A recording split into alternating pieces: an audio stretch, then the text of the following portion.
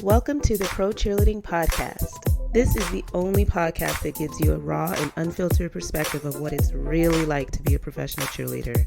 Whether you're currently on a pro team, an alumni, or really curious about what it takes to become a pro cheerleader, the Pro Cheerleading Podcast gives you all the inside scoop and hot topics in the pro cheerleading industry and in-depth interviews of current and former cheerleaders.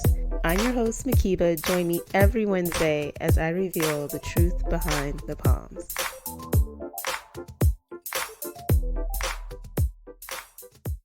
Welcome to another episode of the Pro Cheerleading Podcast. You guys, this episode is called Can't Knock the Hustle. I might be in my Jay-Z bag from a couple episodes ago when I named Brooklyn's Finest, but this episode is our love letter, review, whatever you want to call it, for directors in our pro and semi-pro sports teams, just so that they understand a little bit of where we're coming from with some feedback.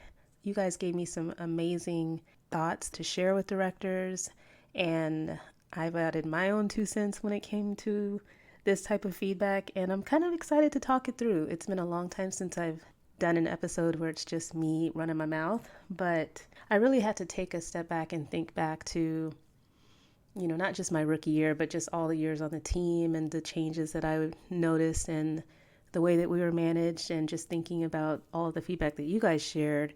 And just really, putting myself in the director's shoes. You guys know, I always have to try to put myself in the other person's shoes and think about things from all angles. And so, while I have not been a director, I've interviewed plenty of directors as part of the podcast over the years. And I often thought about how they would receive some of this feedback as I was kind of planning out this episode. And so understanding from their perspective some of the things that they face and struggle and have to balance, I hope that we can have a very balanced discussion about it, because there's things that kind of cut both ways.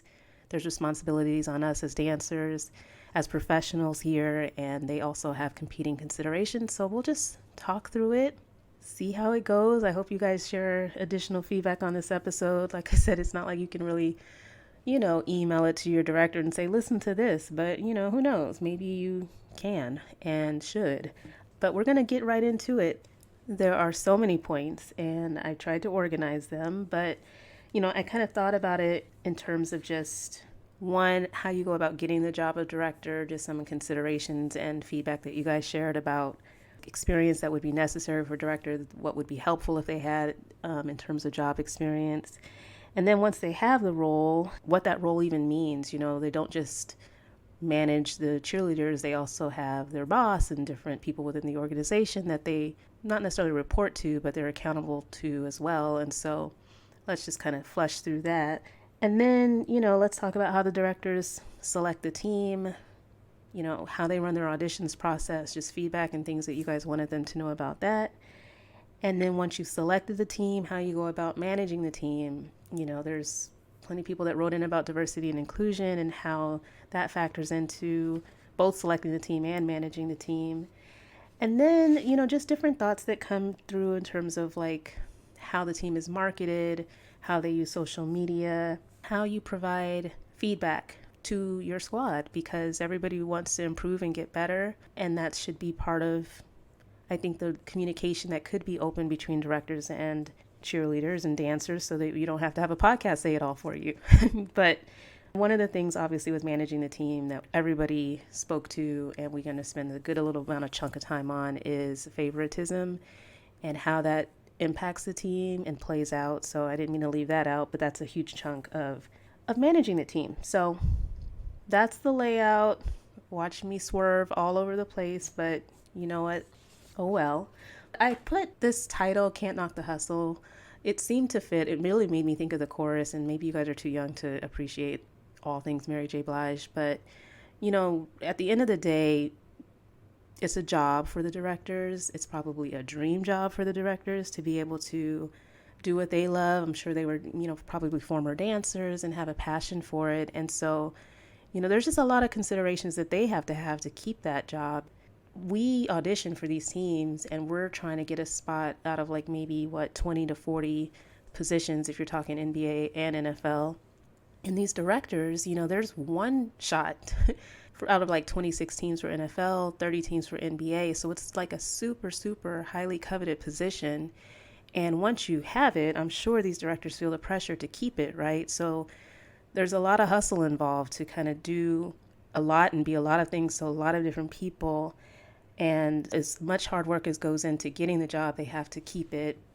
And, as a dancer, you can't knock it. There's a lot behind the scenes that we don't see, that they take care of, that they, do to uphold the program and to establish the program, to take the program to new heights. And so as I was thinking of all this, critique and criticism and feedback that we could give, both positive and negative, at the end of the day, we can't be mad because this position is tough. It's hard to get it. They're holding it down and they're hopefully doing a great job at it. It's just they have their own considerations to think about. They're hustlers and they're actually in the process of doing their job. They're selling the value of the pro cheerleaders and dancers to the organization. The product, so to speak, is the entertainment on the field, on the court. And it's a reflection on them personally of what we bring to the organization, the whole way that they manage, the way that we carry ourselves out in the community, like that's all a reflection on them. So they are hustling hard to make us look our best, to push us in the right direction and to be a great representation for the team, which helps them keep their job. So we can't knock the hustle. That's kind of the vibe I was going for with the title. But now that that's all said, I can just kind of get into it and talk about some of the feedback that you guys shared with me. And again, we'll just take our time through it. I tend to feel rushed when it's me talking because I get a little nervous, but I'm going to take it easy because this is a really good topic. And I think they have a huge impact on our lives as dancers. And so I think it's important for them to understand some feedback from our voices of how they can best manage that influence, right? Okay. So the first topic is, how they go about getting the job of director in the first place. And, I think when people wrote in with this concern, it was really when the directors don't have pro cheerleading experience, like they weren't a pro cheerleader themselves. I think that's kind of rare, at least from looking at bios of directors, at least for NBA, and I believe NFL as well. They usually select a former cheerleader for that organization or somebody with dance experience. But I could imagine, especially for some of the teams that, have different components like stunting or the different entertainment teams, that it would be helpful to have somebody with more of a background to support the various teams. Because I think what happens when directors don't have the right experience, they lean heavily on the squad that they select, whether it's captains or their coaches that may report to them, especially when it comes to like leaning on your team captains. I know they get paid typically a little bit extra, but it can be kind of frustrating, I think, to have a lot of weight fall on their shoulders if it's something that you don't bring to the table as a director. I've heard of a few instances where the directors basically had the title, but they delegated so much to their team to handle that they basically, having the title without actually doing the work. And while it's great experience for the people who are being trusted to kind of lead the team in the absence of that leadership with the director, is it really fair? Are they getting enough of a bump in their pay to justify basically running practices and whatnot? I've heard it happen before. I don't know how common that is, but I think you'll get a lot more respect, obviously, from your team if you actually have background and expertise, and maybe that you weren't just hand selected based on favoritism or something like that, but that you actually had the right qualifications and leadership style to actually lead the team. I think there's instances, especially with people who have a prior history of cheering for the organization, I think they tend to pick like people who are leaders, like whether they were Pro Bowl cheerleaders, captains, etc. So it's not just extremely random, which is good. But I think the base point here that I took away from people's feedback was just they should have some expertise, because it's not always clear that they're going to be having a separate choreographer to do the choreography. You need to be a very well-rounded candidate, one would think, so that you can handle the business side of it, that you can handle the choreography, that you understand, game day entertainment, that you just have the right expertise for the job. Another point that came up in feedback from everyone was just, are you doing this for your own glorification? Like, why are you really going after the position of wanting to be the coach? Is it because you were a dancer and this just seems like the natural progression to coach or to lead? Or is it your focus has shifted to being for the team's betterment and not really like for yourself, for your own glorification? I think there are just certain types, and we all know those types, where like you are the center of your own world and everything's about you. And I think if that's the type of personality that ends up in a leadership position of a team, then it's not like that miraculously goes away. It's supposed to be kind of about the spotlight being on the team, not so much on yourself. And most people make that transition gracefully, but somebody wrote in and mentioned that, like it's not about you basically.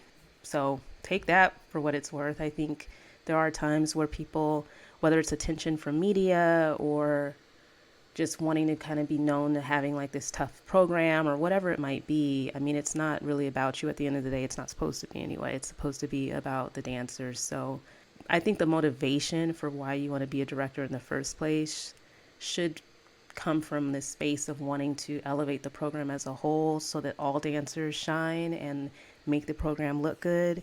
And, the kudos that goes back to you from it just happens naturally, but it really shouldn't be leading with this mindset of you making a name for yourself. And again, it's the hustle. So everybody's going to want to have like a resume building experience where they're getting experience under their belt and preparing themselves for the next thing. But at the same time, if you have a leadership position, from that moment forward, it should really be about your team and not about you at the end of the day, right? So I think that was the gist of that comment. I'm sharing everybody's comments anonymously, obviously, but I do want to make sure that I touch on everybody that wrote in. There were a lot of themes, like I said, so it may not be super specific, but you'll get the gist. Okay, so now you got the job. You've been selected, hopefully from a pool of amazing candidates, all who are wanting to take this team to the next level. You had the right background, experience coaching the choreography. Hopefully you have some corporate experience and understand marketing.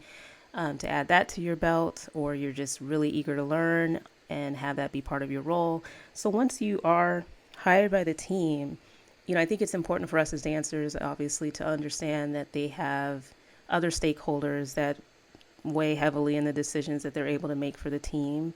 So not only are they managing the team, and that's like 18 to 40 personalities that they're having to manage. They possibly have a staff, so that's their coaches or choreographers.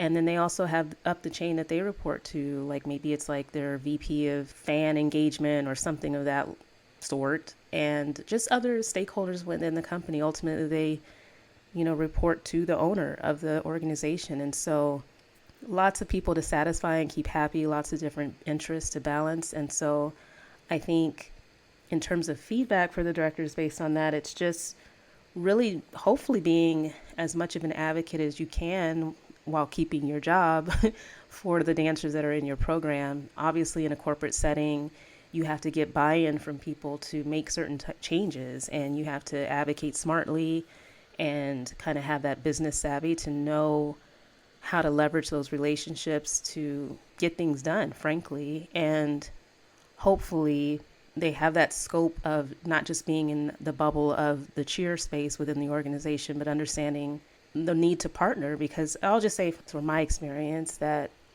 from the outside looking in, it always wasn't completely clear how well integrated the cheerleading program was with the rest of the Seahawks organization. So it made me think, is there room for more coordination? Like, should we be talking to the digital media team or the corporate sponsorship team and figuring out ways, not me, but the director, right? Figuring out ways that you can maximize those relationships, those partnerships with sponsors, rather than just having us show up and nobody knows what we're supposed to be doing, or, you know what I mean? Like, just kind of more coordination. And I think at the end of the day, you can't run your cheerleading program in a vacuum. And I'm sure the directors obviously live this every day and know that. But I think some of the feedback from people is just that they wish they could be doing more, marketed more, or, given more opportunities. And I just think that comes from obviously the relationships that you develop within the organization, and really just, again, pushing the value that we can bring by having those talks and having it clear, like what your goals are for the program with the rest of the organization. Like maybe it's a conversation at the beginning of the season of like, hey, these are some of the things that we're wanting to do differently this year, ways that we want to grow, new sponsorship categories that we want to add, you name it. But it's like trying to like cultivate those conversations as best you can, right? Without rocking the boat. Because I think sometimes there's this perception that like, the directors are just kind of told what the cheerleaders are supposed to do. And then they just kind of pass it on down to the cheerleaders. And obviously, there's not a lot that we see behind the scenes. But I think the more proactive the directors can be in bringing ideas to the organization of how we can be better used, I would think it would go a long way, as long as you've established like that relationship and that trust within the organization of like, I've thought about this, I've researched it, this is what other teams are doing, this is how we can do it our way. Like, I would think that that kind of initiative would be appreciated, and kind of waiting around for them to figure out what to do with this is obviously not the most ideal approach. And sometimes programs get stale, it's like the status quo or the tradition of how things are done. And I think directors, from what I'm hearing from people, it's just like they're wanting you to be hungry and innovative and thinking of different things and ways to improve and better utilize the dancers. And I think at the end of the day, that's the overall comment, was just using your business savvy to work those relationships internally within the organization. When it comes to getting things done or figuring out how you can do something, it's really just based on those relationships and getting people to believe in what you're selling. And if you're pitching an idea about a way that cheerleaders could be used for a sponsorship or something along those lines, or a new sponsorship idea for the cheerleaders, it's going to take relationships with maybe the corporate sponsorships team, or ways of trying to like partner and collaborate so you can figure out the right way to pitch that. If you don't have the like expertise yourself as a director, obviously, then knowing how to like work those relationships so that you can get it done.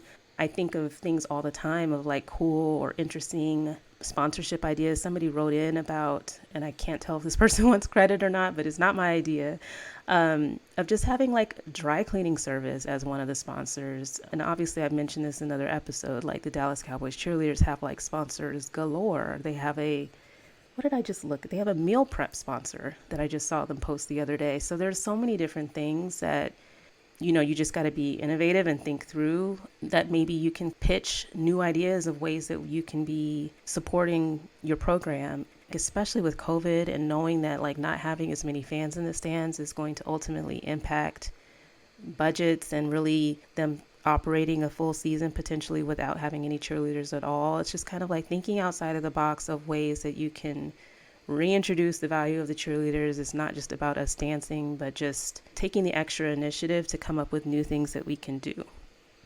That's the feedback, take it or leave it. Who knows if they're listening, but I still think you guys had a lot of ideas in this space. And like I said, I think it's just being innovative, really leveraging those relationships internally within the organization so that you can try new things and get things done and have that internal support. It makes me think of some of the interviews that I've had with directors where I know Chrisia just mentioned like encouraging directors to speak up and to show their expertise, show that you know what you're talking about, and be willing to pitch that and not necessarily defend your work, but basically be able to explain why you would do something differently or another way, and having confidence in trying to push that, because nobody does what we do. Nobody does what the directors do, obviously, and nobody knows that space better. So I think your ideas and input is valuable. And as Chrisia said, don't be afraid to help the people within your organization know that. It's not to say that you're always going to have pushback in this space. I mean, I'm sure there are plenty of teams that have a lot of internal support, but I think when it comes to innovating and really trying to keep pro cheer alive and just trying to, again, just adapt to all of the changing circumstances around us, it's going to require a lot from the directors. And I think from the dancers' perspective, they just feel like sometimes we're just waiting for whatever's handed to us. So that's the point on that. Okay, the next topic is how the directors select the team. Lots and lots and lots and lots of feedback here, a lot of which we've covered in different episodes, but for this episode, I think we'll just focus on what people mentioned, just like directors have it in their head, like what is an ideal cheerleader for their team. And that becomes super, super clear in like how they market the team, like who they select for different promotions, opportunities, who kind of ends up being the face of the organization. And the bottom line from feedback is just that that image needs to evolve. I've never really understood why directors only have like this one image in mind when it comes to like the image of their team. it never really made sense to me, because you go through all this trouble in the auditions process to pick a variety of people who hopefully uphold what you're looking for. Then there's so many different factors that you're looking for in an ideal teammate. But when it comes to like who you select for different opportunities, it just ends up being like the same carbon copy type of person. And at the end of the day, it's just getting played and old, and people want to see that evolve. I mean, you have like a beautiful array of people to choose from. So it should always be a different face of the team. I think for the most part, and I don't mean to keep using Dallas, but I do think more recently, you're just seeing a very broad variety of the different girls that are on the team. It's not like you see the same face over and over again, like whoever's point on the pyramid. Like in their marketing of the team, they are doing a much better job of showing the whole roster. Like there's people I'm like, oh, I didn't even know that person was on the squad, but you wouldn't see. Well, I'm not really the best like avid fan of the show to know everybody by heart, but I just think at the end of the day, for other teams, the more that they kind of get people familiar with every single person on the team, as opposed to just kind of like always showing the same person over and over again, I think it just works so much better, because it reflects the diversity that you were hoping that you would be wanting to portray. And it's just a more colorful, more beautiful, just more diverse, more interesting squad, right, to get to know. But I think in the auditions process, the main point is that you're looking for so many different things that make someone a good cheerleader, a good representative for your organization. You hear all about their background, you interview them, you know their occupation, you know all these different things. And it just seems like once the season starts, like you forget all about it, or you don't remember those things that made that person stand out, and you want to kind of share that back out with the fans. The judges' feedback, like all those things that made this person interesting is what you should be like sharing back out to everyone as part of your normal cycle of marketing your team, versus just constantly focusing on the same people. Let's just talk about favoritism. Let's just get into it, because I feel like it's the root of all evil when it comes to how these teams are managed. I mean, so many people wrote in about this, so like it's a topic. Let's just give it its due time. When there is favoritism, somebody wrote in that it impacts the morale of the team and your overall performance. Like if you know that you're always going to be stuck in the back, in the corner somewhere, not to say that you shouldn't continue as a performer to push through and to really shine and show that you should be point, or at least move from the formation somewhere else, but it does impact how you feel, like, or how you feel that you're viewed by the director. And you might feel like there's less hope in trying to get your director's attention, because their head is always peeled towards one particular dancer or a couple dancers that they always go to and always have in the front. And who knows what would happen if you switch things up and you pick somebody that is constantly being overlooked and let them shine. I'm sure you're going to get a different performance out of them if they know that they're going to be in the front. And that shouldn't be the case. They should be performing that way anyway. I get it. But it's just that favoritism is demoralizing. And I think you could get more out of your performers if you actually gave each of them a chance to do their thing and to showcase why they are just as deserving. Something to think about. You know, there's other opportunities like, you know, promos, or, you know, captain roles, or representatives for Pro Bowl, etc., like different opportunities. And if they always go to the whoever's got the apple of the director's eye, as opposed to anything that's more objective and more fair, I feel like our team sometimes was impacted by that lack of morale, of people feeling like, well, there's no point because they're only going to pick so-and-so, or just automatically ruling themselves out of opportunities that they were just as qualified and talented enough to receive, but you just kind of know that your director's mind might be fixated on someone else. And that's just, you know, is that really the kind of team that you want to run?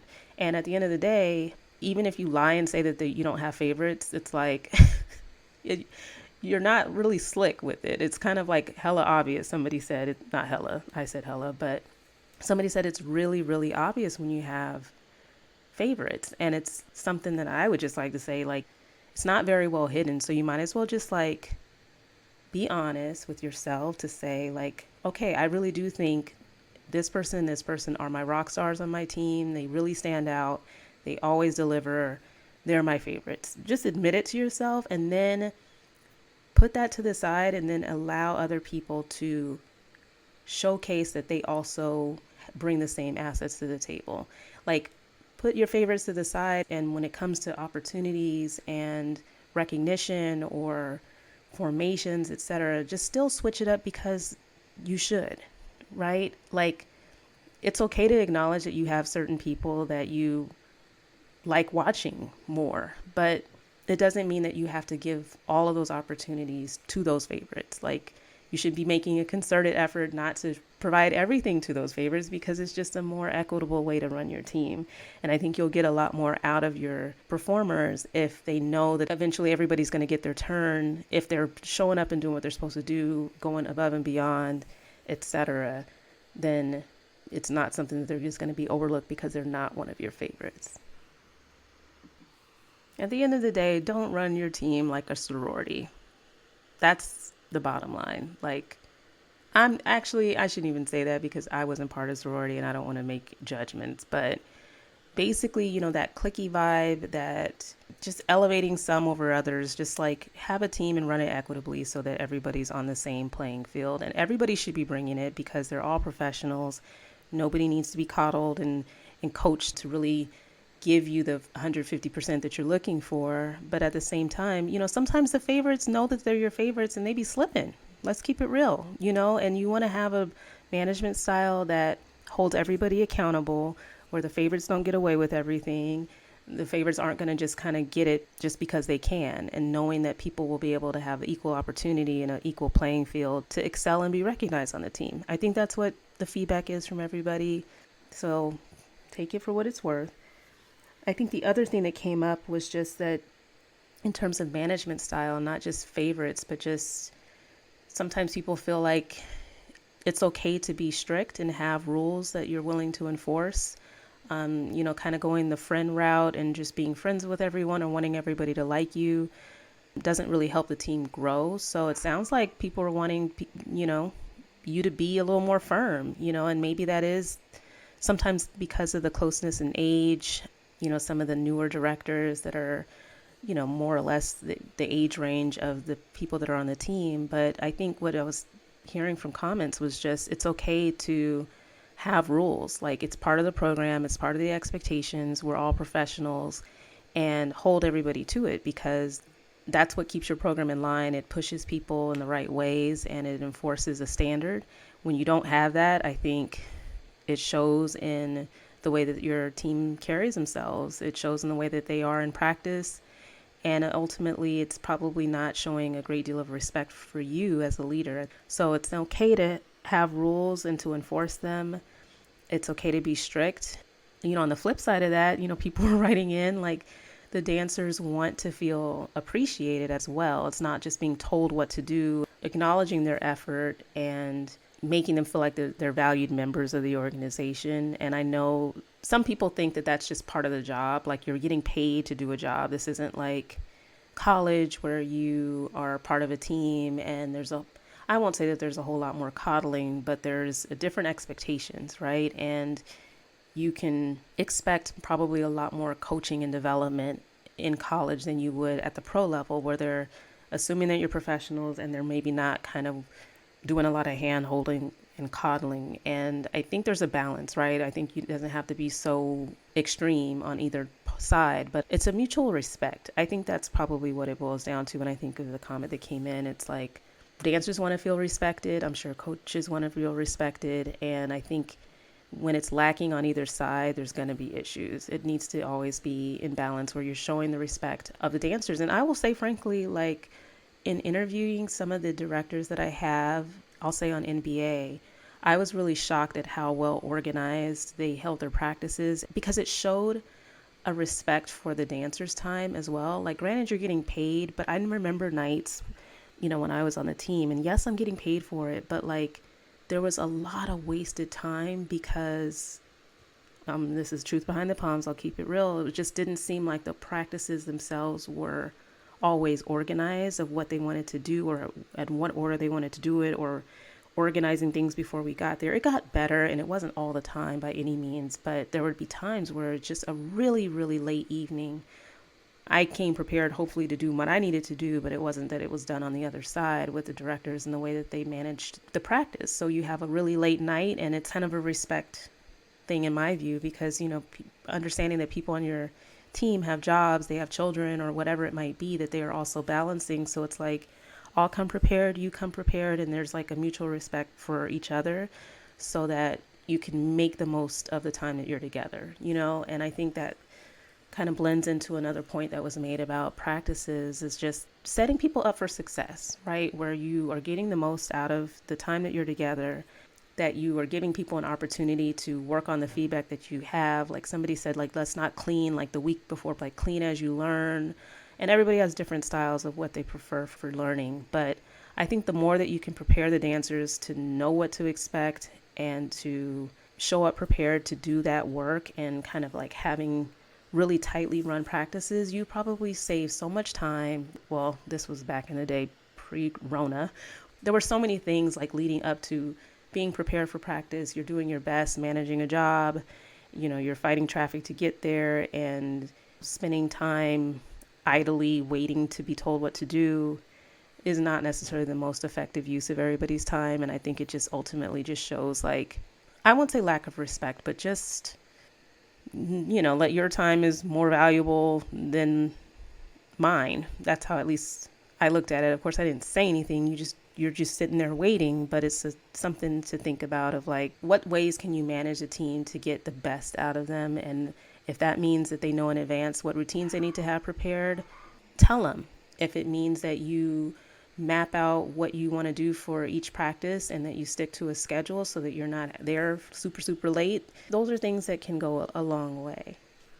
Another thing that kind of came up in terms of like managing the team is just that the dancers and cheerleaders, I think, would love to have feedback early on. Somebody wrote in and mentioned, can you set goals together? Like maybe your individual goals that you might have for yourself as a dancer, and hear what your director's goals are for the season. They watch you during auditions. They probably made note of your strengths and weaknesses and things that they want you to work on. Like maybe that can just be established as a beginning of the season conversation where you both agree on the goals that you have, not weight loss goals, but goals of you as a dancer, of you as a public speaker, all the different things that make you a well-rounded and amazing cheerleader or dancer for the organization. And then having like a point in the season where you get some feedback on that. Like, what have you been doing? If technique was one of the goals that you had, like, have you been taking classes, or what have you done to improve on that goal? Or how can I help you be more successful in that goal? But giving feedback, I think that's what brings the most out of your dancers, because they know where they stand. They know what you're looking for. They know the potential that you see in them, and they are motivated by that. They're inspired by that. It pushes them. So, during the season, if they know that they have these goals established and a check-in, that can be part of their mindset, and they become part of their daily practice of how to be better and how to improve. And then, at the end of the season, if you have like an exit interview, not everybody does that as a team. Like, we didn't do it, but if we did do it, it would be great to be able to know at the end of the season where you stand. And it's not like this subjective, or I don't know where I stand. It's all unclear. I think I did good this season. I think I had an amazing rookie year. No, you're actually having a meeting where you're just talking through. And I'm not saying groundbreaking stuff, you guys. Like, some teams do this, but I think for the teams that don't, I think that lack of communication impacts performance. It impacts expectations. You hold people accountable to those goals. And if you get to the end of the season and you look at what the progress that's been made, or, I'm still actually telling you about X, Y, and Z. It doesn't really look like this was something that you were able to focus on this season. For auditions, hopefully you'll come with this address so that we don't have to continue to talk about it or whatever. And I think it just gives people a good sense of where they stand, so that audition season doesn't have to be such a mystery for returning vets. I think it means a lot to have feedback, to know how you performed. Your mind, you might think you did amazing, but the director might have a completely different perspective. And why not share that and keep it open so that people know where they stand and know what they need to work on? And you don't have to say it till you're blue in the face. If they're not thinking about it throughout the season, if they're not thinking about it in the off season, and they're not working on it, prior to auditions, then well, the proof is in the dang on pudding if you don't make the team. Like, it shouldn't be a surprise. It shouldn't be heartbreaking. You get what you put into it. And so I think just having like a open communication as part of the way you manage a team sounds like it would be greatly, greatly appreciated by your team.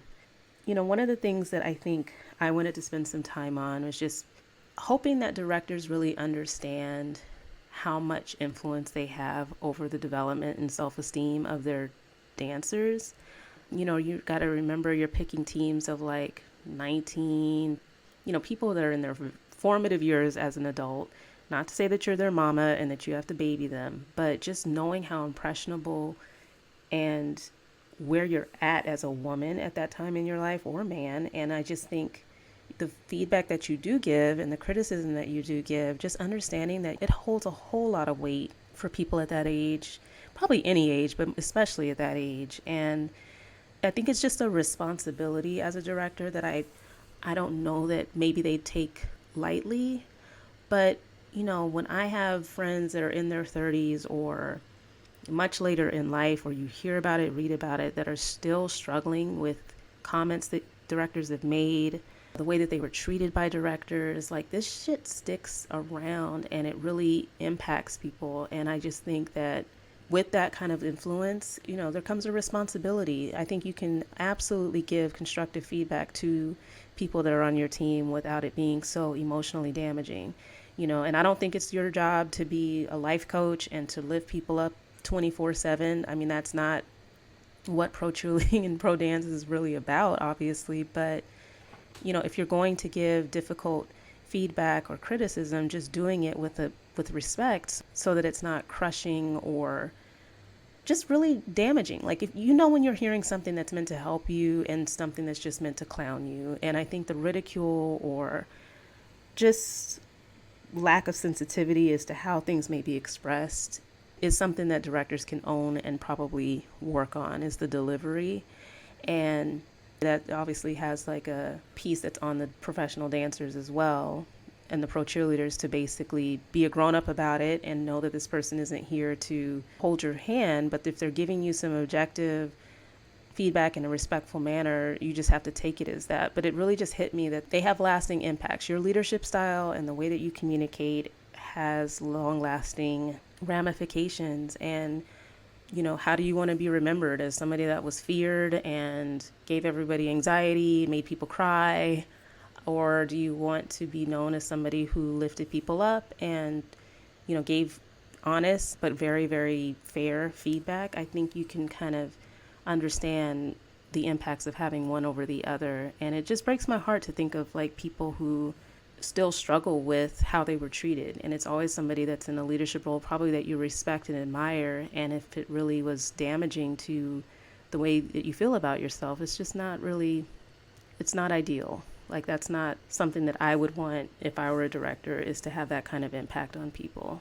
Being tough, yeah, fine. Being honest, having difficult conversations, yes, but always with the lens of love and respect for people. One of the other things that I wanted to talk about too is just that you guys as directors have a broader level of influence on what we consider to be our industry, right? Like, you 26 plus 30 directors, at least for the NBA and NFL, all directors of cheerleading and dance teams, you guys have a very, very important position because it keeps our industry alive. And I'm hoping always that like the NBA directors are communicating with each other, NFL directors, when they have their director meeting, are communicating with each other and just kind of sharing best practices, like how you guys can help elevate the industry as a whole. Because I think the changes that we're seeing, especially now with the Rona, I just think now's the time to band together and to really support one another on a broader level, because our industry is kind of like at stake. You know what I mean?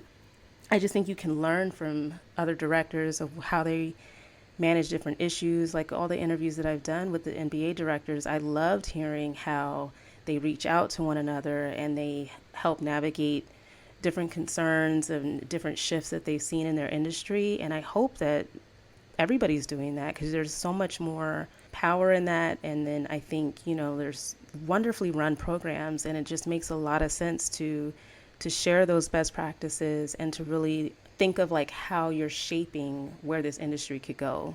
Like, and I'm sure they've done it. I'm not saying that they don't, but like, when the first couple of teams took on male cheerleaders, I'm hoping that there was conversations across different teams that ended up adding more male cheerleaders to their programs as well, just to kind of understand how can we make this transition smooth. I'm sure it's being done, but it's just something that I think, just big picture, that kind of collaboration between the directors really just helps elevate the industry as a whole in making some of the changes and adjustments that, are happening. The directors are the gateway to showing the value of cheerleaders and dancers professionally for these sports teams. And I think they have to work together across teams and maybe even across industries. Maybe NFL directors can learn from NBA directors ways of, showing that value to the team. I think there's just a lot of room for collaboration, and I think that's one message that I'm hoping could be a takeaway, is just let's open up means of communication and collaboration between directors across teams, also across the various leagues. Maybe there are things that semi-pro directors could gain and benefit from talking to NFL directors or NBA directors. So I just think hopefully they're establishing a community where they can communicate and collaborate and support one another, because I think that overall will just be for the betterment of the pro cheerleading world as a whole. So, and the last little comment that a lot of people wrote in about was just diversity and inclusion training. And while I won't, read the open letter that I drafted on the state of diversity and inclusion in the pro cheerleading world, I encourage you to take a look. It's up on my blog on the website. But there was a whole section dedicated to directors, and I'm just going to read the bullets in case you didn't read the letter or listen to the episodes over the summer talking about this. But I'm going to mention them because this is geared towards the directors. But there were just a few examples and ideas of ways to practice diversity and inclusion in the way that you manage your team. So I'm going to go over them as to close out this episode, because I think they're still super valid points. So one was to encourage and support people of color to wear their hair naturally, instead of insisting upon one beauty standard for team makeovers or eliminating them from consideration in auditions. We just had the whole Whip My Hair episode last week. And I think directors that want a little bit of insight into how, dancers and cheerleaders feel about their hair, it would be a great episode for you to listen to. But that's one. Consider the various skin tones of your team members when selecting uniforms that appear nude or sheer, as well as any mandatory makeup requirements. Celebrate racial diversity by providing equal opportunities to minorities throughout the season, not just during auditions. So think about what your formations look like, who your squad leaders are, appearances and show group, who you pick to represent the team in marketing collateral and on social media, who's on the calendar cover, things like that. And just think of it as a whole and just make it diverse, like not just one type. It's that simple. Reevaluate your judging criteria and diversity of your judging panel to improve the representation of different minorities in your auditions process and team selection. Reconsider the body types that are good enough to wear your uniform.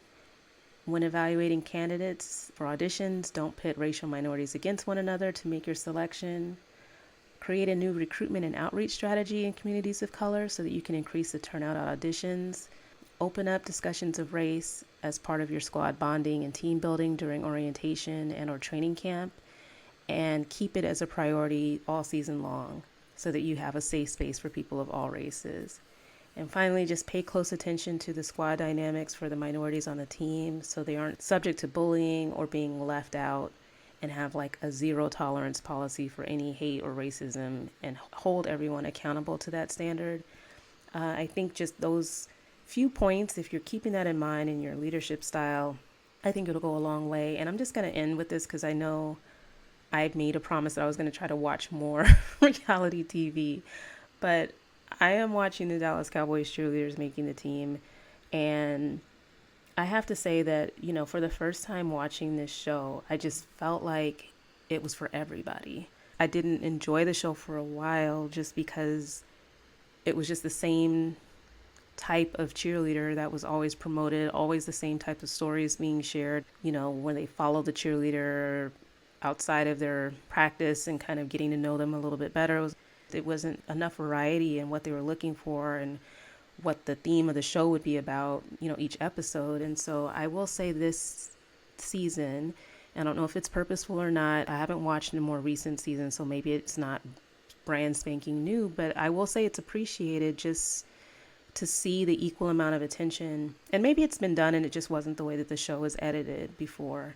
But I really have a newfound or refreshed respect for the way that Kelly and Julie are handling their team. I've always respected their marketing genius and their vision and their high standards and just so much about the program, but it was just different things that kind of chipped away at that. But I will say, in watching this season so far, granted we're like a couple episodes in, but a lot of these points that come to mind of what I look for in leaders and the way that things are managed and run, a lot of people come to mind that either I've interviewed and watching this show for DCC. It's kind of like, this is what we're talking about. Like, if you have a more equitable way of managing your team, I think it just raises the level of everybody involved. Like, when you know that they're not just looking at one particular type or just focusing in on their favorites, and you're like, wow, I'm noticing this person over here, and oh, I didn't know this person can really do X, Y, and Z. It just kind of like makes everybody feel seen and heard and valued. And I think looking back at all of the feedback from everybody, it just sounds to me like people are craving that from their directors. They want to feel seen. They want to feel valued as part of the team. They want to feel respected. They want, to have an equal shot at getting the most out of the experience. It always would strike me that sometimes with people with my program would be like, oh my God, it was the best thing ever. And I'm like, well, duh, because you were one of the favorites. You know what I mean? Like, your experience would be probably completely different from mine. Not to say that I had a bad one, but if I had the world of opportunities presented to me as a favorite, like, I probably would be like, oh my God, it was the best thing since sliced bread. But it's not that everybody deserves everything. You have to earn it, obviously, right? But just knowing that you have an equal chance at receiving opportunities. This is what we've all been working so hard for. You're super grateful for the opportunity. But I think the way that directors can lead their teams can really make it a team for everyone. That's really what people are craving and hoping to get out of the experience, that once they've reached this height in their career, this dream position, that it's just a matter of the way that the team is run, that everybody's going to be recognized as being a part of that team. It's not going to go from a team of 26 or 30 people to like the 5 or so that are always focused on. Do you see what I mean? So, and I just think, to end this out, it's just that we have so much respect for you. I think we value everything that you do and bring to the table to keep these programs alive, to keep people safe. Obviously, the teams that have been out there this season, Lord knows what these directors must be doing, sweating bullets. They know that everybody's safe and healthy throughout the season. I think from the feedback that I've received that you are appreciated. Even though we don't see every little thing, we know that there's a lot behind the scenes that you deal with. We know that you advocate for us, probably at the risk of losing your own dang on job, and that there's a very delicate path in doing that. And so just believing in your dancers and that they're worthy of the fight and the push is something that I'll just say that I'm sure everybody is super, super grateful for. I mean, I'm sure it takes a lot to push for the dancers to be out there this season, and maybe some have won that battle and some haven't. But we see the work that you put in. We know that you hustle hard, and we appreciate you. And hopefully some of these points will just be something to take with a grain of salt as you prepare for what's to come next year. Hopefully this will just be a little food for thought to have that communication be a lot more open, just either within your team, across with different directors, and just within your organization to keep pushing our industry forward. So with that, thanks for listening in to Can't Knock the Hustle. Thanks so much for listening to the Pro Cheerleading Podcast. You can follow your favorite podcast on social media at Pro Cheerleading Podcast on Instagram, at Pro Cheer Podcast on Twitter. We're on Facebook, on YouTube, and you can support your favorite podcast on Patreon. Until next time, keep your eyes on the sidelines.